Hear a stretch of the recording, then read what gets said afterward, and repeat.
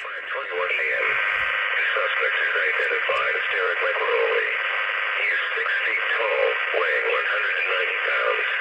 He has black hair and blue eyes, and suspect has a tattoo on the left side of neck of crown. Has a tattoo on right hand of elbow. Has tattoos on his left arm. He was last seen wearing also description of clothing. The first child abduction victim is identified by police as Madsen Rowley. He is 8 years old and was wearing pajamas, also description. He has blonde hair and blue eyes. He is 3 feet 11 inches tall and weighs about 50 pounds. The second child abduction victim is identified by police as Austin Mangan.